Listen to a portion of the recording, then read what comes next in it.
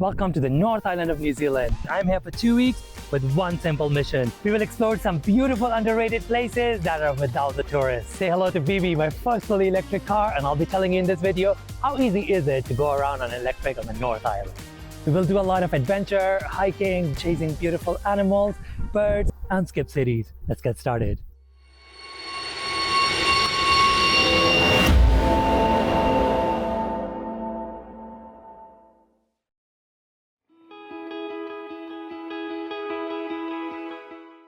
Good morning from the Coromandel Peninsula. It's my second day on the North Island. I arrived yesterday in Auckland and I picked up my car. Now I was really anxious, truth be told, because this happened to me just 3 days ago. And I'm still really anxious, like I was meditating, breathing, just to, get it out of my system. And they also gave me a free upgrade. But the drive from Auckland all the way to Coromandel Peninsula was really easy, motorway and then a highway. But as soon as I turned into Coromandel Peninsula, it became a lot more beautiful. And the drive became a little bit more tricky with narrow roads, lots of twists and turns. But when I got here, it was incredible. The rest of the day, I have been just relaxing, chilling, settling. Went to the town. I am in Whangamata, and I'm staying in this really beautiful place with like birds around, bunnies running around this beautiful place, and this gorgeous valley with a beautiful river nearby. So I absolutely loved being here in the rain. I also went into the town to figure out how the charging works. And yeah, we have a lot to explore in the next 2 days on the Coromandel Peninsula, from waterfalls to gorgeous beaches, lookout points, hiking, and a lot more. Let's get started.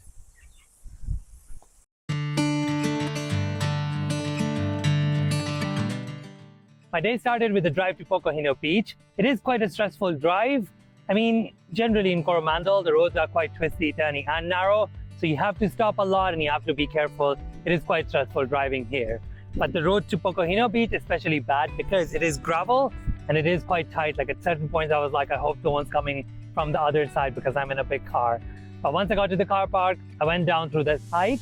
Took about 15 minutes. There was a couple of trees fell, but overall it's doable in flip-flops.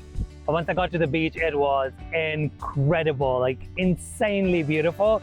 I think I've seen the most beautiful beach in New Zealand today. I just spent about 2.5 to 3 hours there. I loved it so much. The water was really nice and refreshing.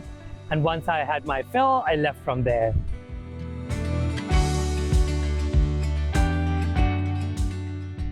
My second stop for today was Paku Peak, which was quite a normal Coromandel drive.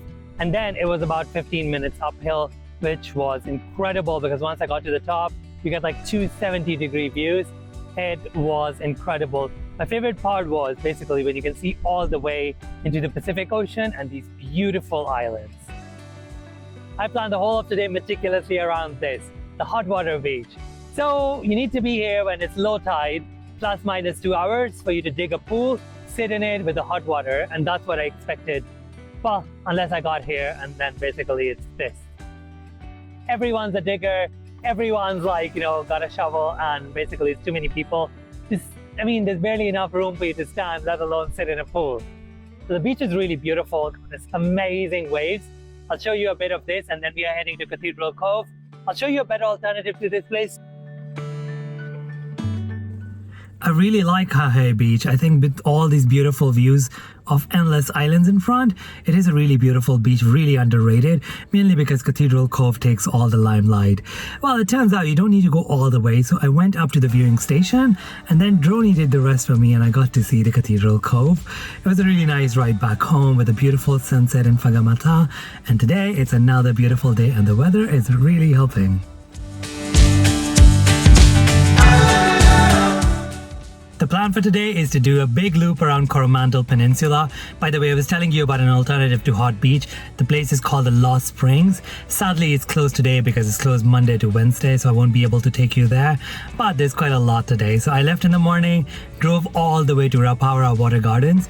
Now the road is quite tricky there, and also it's a little bit of gravel after that. But it was a really beautiful place, and I think one of the most underrated places I've seen so far. They have a few different lily ponds, which are really serene. I mean, the walk was really beautiful. I had a great time. They have ducks quacking. You can feed them as well. Just need to buy the food. It was a really calm place. And my favorite part was the waterfall. It's actually on 7-8 different levels, and it's such a beautiful place. I absolutely fell in love with it. I really think it's a really underrated place. I went to a square kauri. So kauri trees are native to New Zealand, and there's one that's square, and I went to see it, and the road was again quite tight, all gravel, like really tight, one-way roads, but it was really beautiful and definitely worth a little, wind into the little jungle. Again, really, really recommend it because I think most people miss it.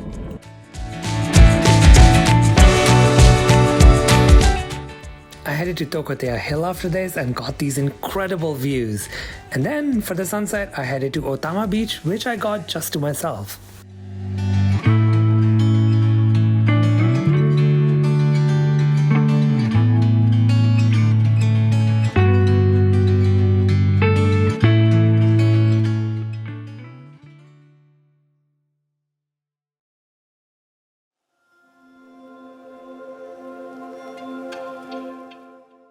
Good morning, all you beautiful people. It's a gorgeous day, and the plan for today is to go to Rotorua, but with a few stops along the way. So I was thinking to myself last night, I've shown you everywhere else in Coromandel, but not the town I'm staying in. So this is the beach of Whangamata. WH is F, by the way. And it's absolutely gorgeous. There are very few people here. It's great for surfing, and there's a special surprise if I can get it on camera, and that is sharks. Let's give it a try.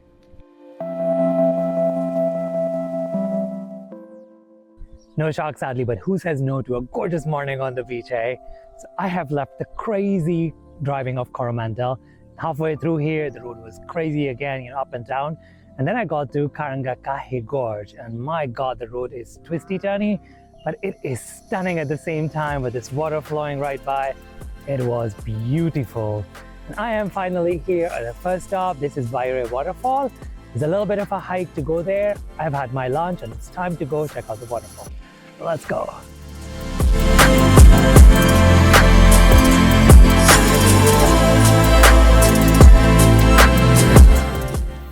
Ooh, 30 minutes later, I am at the waterfall. If you want to make it harder, you can go all the way up to the summit.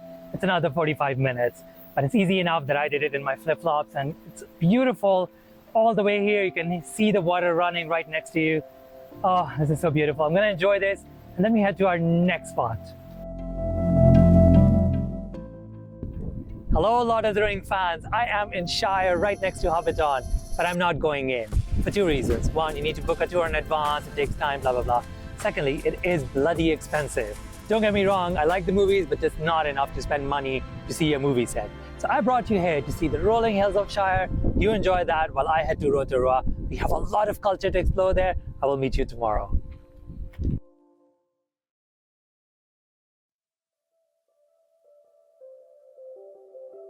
I am in Rotorua, and the next 2 days will be about Māori culture and geothermal activity, because that's what this area is famous for. So after running around for so many days, I needed like a little bit of a slow day. So I woke up nice and slow, easy, and then I went to Whakarewarewa, which is a living Māori village where Māori people still live. I did the tour, which was really cool because I got to learn so many things. It was quite an interesting insight into how they live communally, even up until now, and everyone sort of takes care of each other. It's really nice. I really enjoyed the whole geothermal experience as well. The geyser didn't explode, but that's up to your luck. So after that, we had the cultural show. That's where I got to see my first haka, and my God, it sounds like chills down your spine. It's such an incredible experience. You can only feel it when you're like there. No matter how many videos you see, it's not the same when you see it live. So I will let you enjoy a little bit of the haka and some other dance, and then I will bring you back where I am.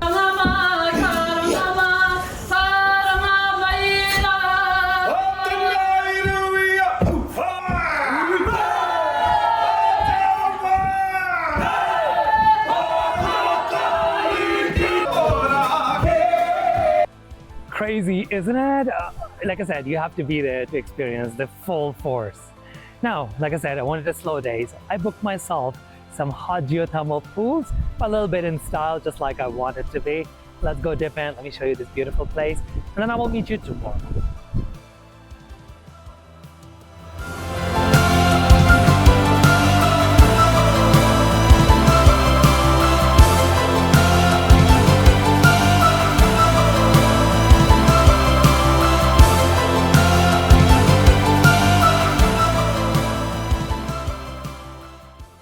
It took a lot of hard work to make this video. If you want to help me, don't forget to like and subscribe, because that's how the YouTube algorithm helps promote my videos.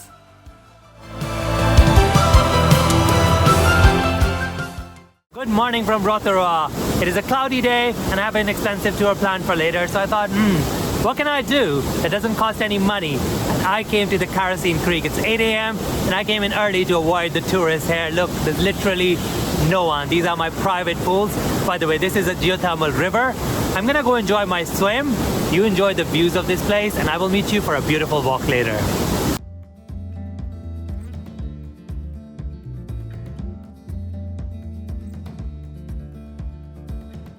Welcome to Homarna Springs.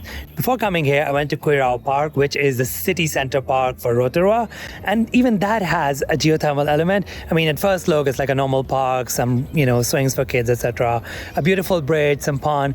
But they have a geothermal element to that as well because they have these pools. You can dip your feet, sit and chill, and that's quite cool. But I came here because this is a Māori reserve area with a beautiful spring and the Redwood Grove. And this is a beautiful walk you don't want to miss. Let me show you what this beautiful place has to offer, and then we go for a bit more exciting stuff for today. That is a big dose of Māori culture. Enjoy the views, and I'll see you there.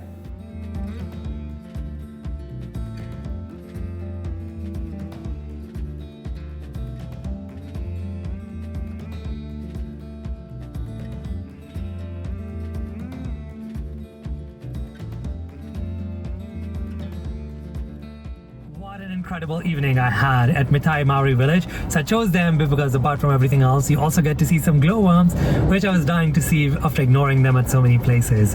So when I arrived, there was a welcome session.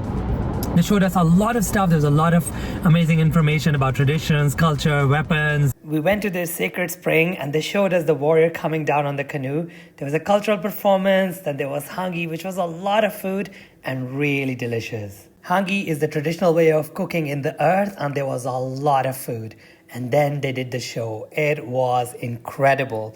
I will let you enjoy all of this, especially the Haka, which was incredible again, and I will see you in Taupo, where I'm going next.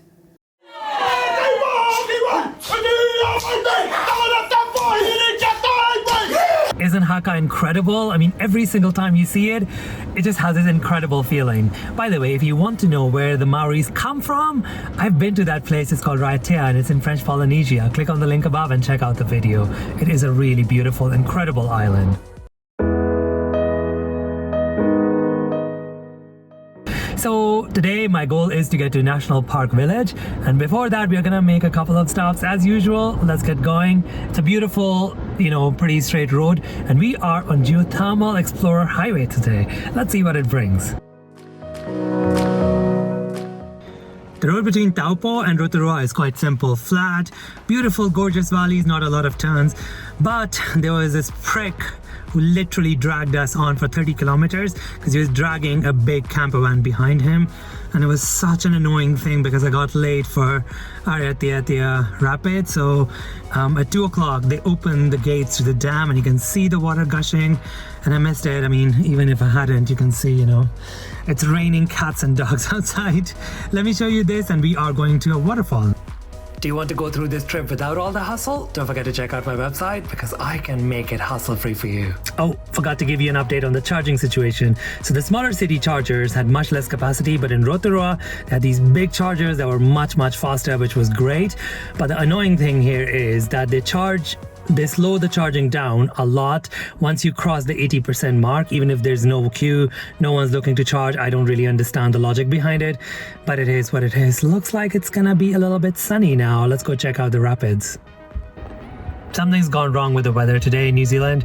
So it's crazy beautifully sunny 1 minute, and then it's crazy wind and bad rain the next, and it's changing very quickly today, which is like the first time I'm seeing this.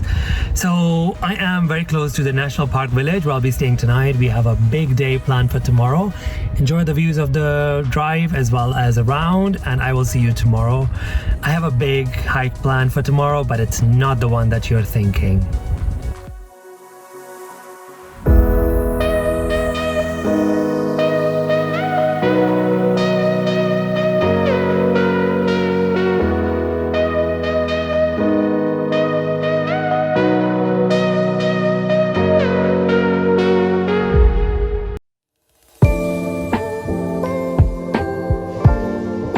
Good morning. It's a beautiful day without any clouds in the national park. I had a really easy day yesterday in prep for today and tomorrow, which are going to be really strenuous and busy because I'm doing 2 hard hikes back to back. And I started my day by coming to the Glowworm pools, which are really beautiful, nestled in the middle of this gorgeous bush. I mean, you don't expect water to be there, but it is. So I'm going to Whakapapa village where we start our hike, and I'm not taking you for the Tongariro Alpine crossing because it's become too Insta famous and there's a lot of people there. I have organized another hike. Don't worry, we'll get a waterfall, we'll get lakes, we'll have beautiful hikes, and don't think it's gonna be any easier. Let's get going. If you're wondering what this big surprise hike is, I'm actually taking you to Taranaki Falls, and then we're gonna continue over to Tama lakes. And it is a hard hike as well. Look at my sunscreen, it's already pretty much gone. So pack a lot of it. And let me show you the views that I get on the way. The first part of the trail all the way to Taranaki Falls is quite easy actually. And it's really beautiful because you get views of this gorgeous mountain. And then you get to the falls, which are really majestic. And then you turn towards Tama lakes. Again, the path is not very difficult. It's mostly flat with a little bit of ups and downs, but nothing difficult all the way to Lower Tama Lake, which is beautiful. But I like this part because it keeps switching between views of 2 different mountains, so it keeps things interesting. I got to Lower Tama Lake, which was really beautiful. It's this beautiful blue alpine lake with the view of the mountain. It was incredible. But please do not stop here. The path to Upper Tama Lake is the most annoying, dangerous one as well because there's no clear marked path, and there's scree, which is like loose rubble, which is a bit slippery, and I was really struggling to get up. Almost there, just one more mountain. Incredible, isn't it?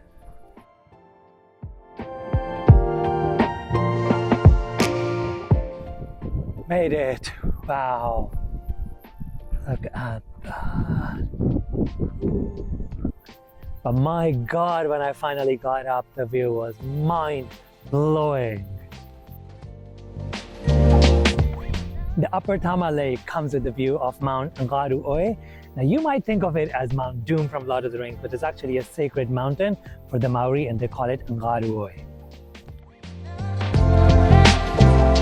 On the other side, we have Mount Ruapehu with a view of the Lower Tama Lake, and both are stunning. I stayed up for a bit, but there was a long way down again. And then finally, when we got to Mount Taranaki again, then it's like looping around. But it was a really tiring, like 18-kilometer long hike.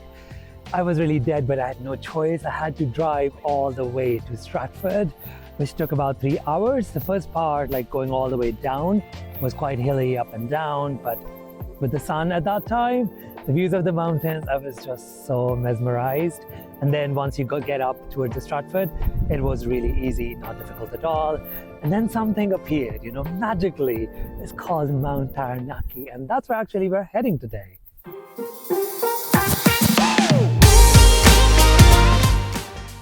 My second hike is to see Mount Taranaki in this beautiful reflection that I fell in love with the moment I saw that photo. It's being a little bit shy right now with the clouds. Let's hope we get to see a beautiful view because there's no wind today, so hopefully there's a good reflection. Let's get started. Apparently this one is a moderate hike. Let's see if that's true.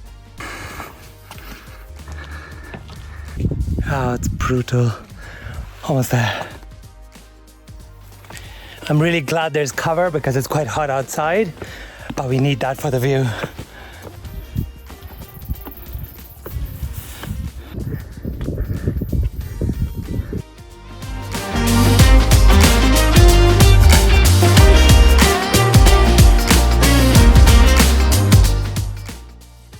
I made it. Oh my God, this was a grueling hike and much more difficult than yesterday. Well, 1, I'm a little bit tired from yesterday, but 2, because this is endless stairs and I hate stairs. Seriously hate stairs. And they're just non-stop, no views on the way, but luckily 80% of it is covered, so that is great. It is time to start heading back down. It took me about 2 hours to come all the way up. Sadly, there's no reflection, but I'm just happy with the view and the Tarns, and my God, it's a beautiful, beautiful day. I have another problem now. My car's battery is almost empty, like the last 40 kilometers left, and there's no chargers on this entire road. And there's literally one in New Plymouth, which is like 24 kilometers away. So I really hope I'm not going door to door begging for electricity. Let's see. On the way back down, I literally just ran, I was super hungry, didn't pack any lunch, and also booked a massage because I was tired. Also, it makes me a little bit worried because I'm going to Nepal and I booked like 2 big hikes there. So yeah, let's see what happens there. Well, as I was basically turning away, I looked at Mount Taranaki to say goodbye, and it was just covered in clouds, and I was a little bit sad, but I started my drive towards Waitomo. That's where I was staying at a farm in the night. The drive was pretty nice, easy, and we had a few mountains, like a bit of up and down, a few roadworks, but nothing too complicated. But my favorite part was when I stopped for sunset at this random stop. So the first thing I really enjoyed is that I flew my drone and I got this little arch, and it wasn't mentioned anywhere, so it was a really nice surprise. But the best of all was seeing the beautiful Taranaki mountain right at the sunset from a distance. I honestly just cried a little bit because it was such a magical moment. It was beautiful, and to make it even better, when I finally got to the farm stay, I saw the entire Milky Way right above me. It was such an incredible day. I didn't want to sleep. It was so magical.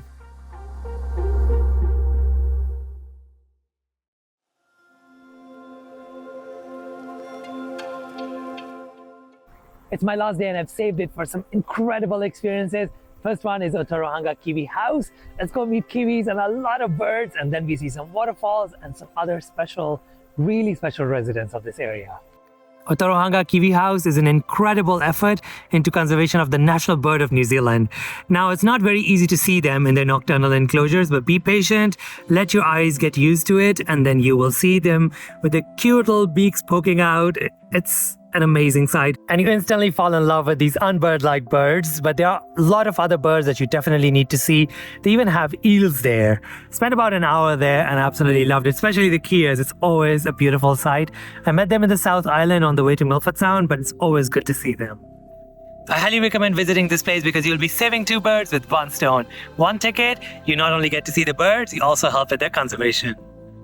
My next 2 places are some of the least visited in the North Island, and I think some of the most incredible that I absolutely loved. And the first one is through this narrow, winding road that takes you to Marokopa Waterfalls. A really small 5 minutes walk, and I got to Marokopa Waterfalls, and my God, it is majestic. Like, it's one of the heaviest flow waterfalls that I've seen in New Zealand, and it is incredible. And the best part, I was the only one there. There were literally no one else there, which was incredible. I mean, the entire area surrounding is absolutely stunning. But I was even more stunned when I went to the Marokopa beach. It is a black sand beach, and it had this little mist that covered the entire area. I almost felt like I was back in Iceland. If you haven't checked the video, the link is above. I certainly kept the best for the last, and that is the Glowworm caves, and I'm talking about the spellbound one. And I specifically loved it because the area around is really beautiful. It is a gorgeous landscape. Number 2, they allow photography. They even took some photos of us. Obviously, you need to dim your screen to the very minimum, and also absolutely no flash to disturb them. And I also loved that they actually took us through the cave once so we can take photos and videos, and then once that we have like no cameras out so we can just enjoy it purely. It is a mind-blowing experience, honestly. Well, that's the end of this incredible, beautiful 10-day road trip around the North Island of New Zealand. I'm sure there's a lot more places that I need to see when I come back next time, so stay tuned for that. On the charging front, I almost ran out of battery, and the guys at Spellbound were generous enough to let me charge my car so I could get to the next charging point. Unfortunately, the infrastructure is just not there, so New Zealand needs to talk less and do more work when it comes to supporting this, because it is really, really essential, because there's going to be a huge surge if you're planning for this, right? So I'm really happy. There's a huge burden lifted off my shoulder now that I've returned the car without an accident. So I'm gonna go pack my bags. I'm heading to Iran next. Click on the link above and meet me there.